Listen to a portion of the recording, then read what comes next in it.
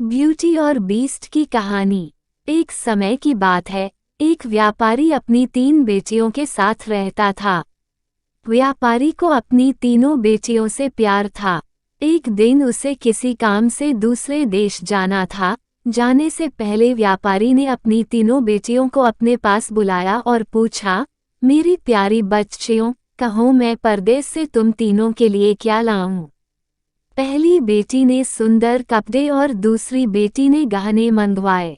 तीसरी बेटी, जिसका नाम ब्यूटी था, उसने अपने पिता से कहा कि वो उसके लिए एक गुलाब का फूल ले आए।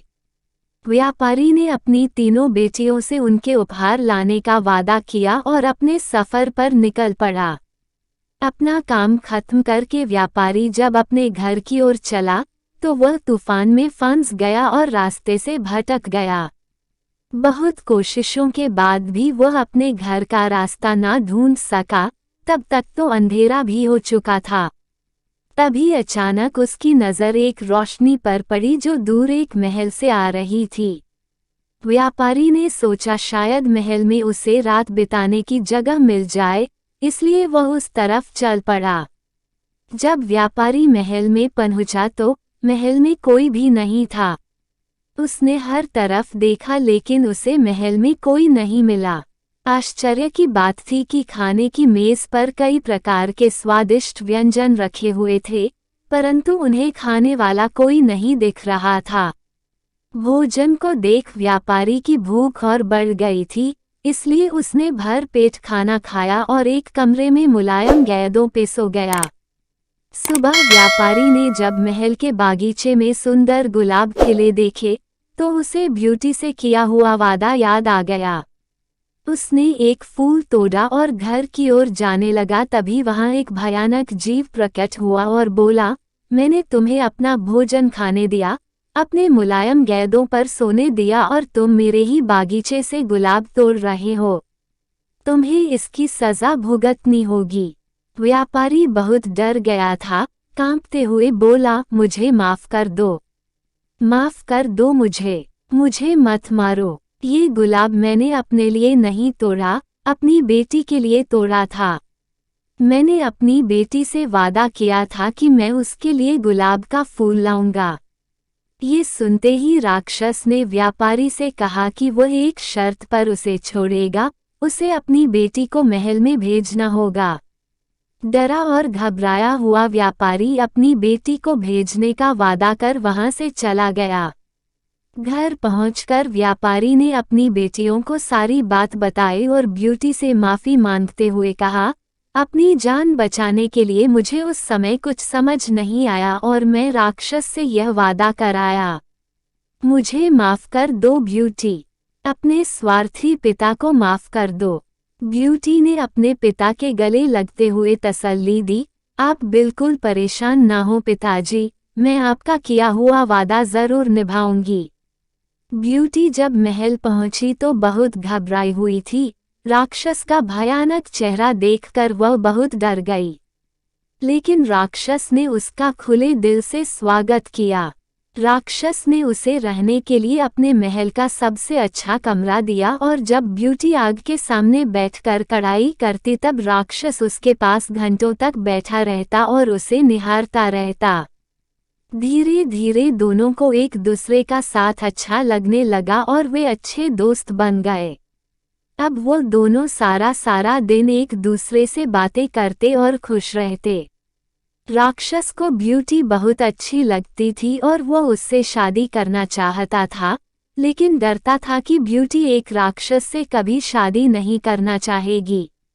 बड़ी हिम्मत जुटा कर एक दिन उसने ब्यूटी से अपने दिल की बात कहने का फैसला किया। जब वह ब्यूटी के पास पहुंचा तो देखा कि ब्यूटी अपने पिता को याद करके बहुत उदास है। उससे ब्यूटी की उदासी देखी नहीं गई और उसने ब्यूटी को एक जादुई शीशा दिया जिससे वह अपने पिता को देख सके। ब्यूटी बहुत खुश हुई, लेकिन जब उसने अपने पिता को देखा तो वह बहुत बीमार थे। ये देख ब्यूटी ने राक्षस से अपने पिता से मिलने की इच्छा जताई। राक्षस ने उसे पिता से मिलने की इजाज़त दे दी और 7 दिन में वापस आने को कहा। ब्यूटी ने तय समय में आने का वादा किया और अपने घर चली गई। ब्यूटी को सामने देख व्यापारी खुश हो गया और जैसे जैसे उसे पता चला कि राक्षस देखने में भले ही क्रूर हो लेकिन वह दिल का बहुत ही नेक और दयालु है, व्यापारी की सेहत और सुधरती गई।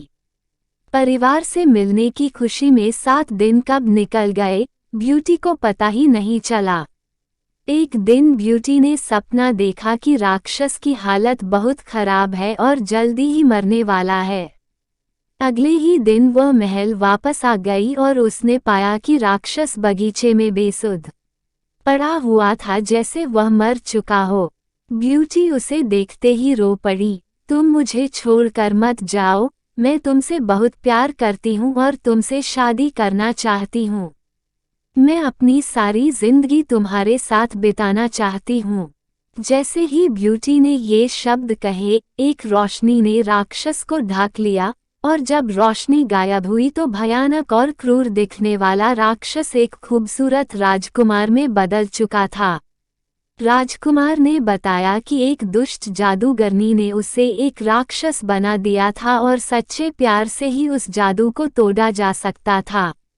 बहुत समय से राजकुमार उस लड़की को ढूंढ रहा था जो उससे उस रूप में प्यार करे जिससे सब डरते थे, जो उसकी सूरत से नहीं बल्कि उसके गुणों को चाहे। आखिरकार राजकुमार को उसका सच्चा प्यार मिल गया और वह बहुत खुश था। जल्द ही ब्यूटी और राजकुमार की शादी हो गई और वह अपनी गुलाबों सी खूबसूरत दुनिया में हंसी खुशी रहने लगे। शिक्षा: इस कहानी से हमें ये शिक्षा मिलती है कि हमें किसी की सूरत को देखकर उसकी सीरत का अंदाजा नहीं लगाना चाहिए। इंसान का बाहरी रूप सिर्फ दिखावा है, उसका साफ दिल, उसके गुण देखकर इंसान से प्यार किया जाता है। ऐसी ही और कहानियाँ सुनने के लिए चैनल को सब्सक्राइब करें, लाइक करें और कमेंट करके ज़रूर बताएं आज कि ये कहानी कैसी लगी, ताकि ऐसी ही और कहानियाँ आप लोगों के लिए ला सकूं।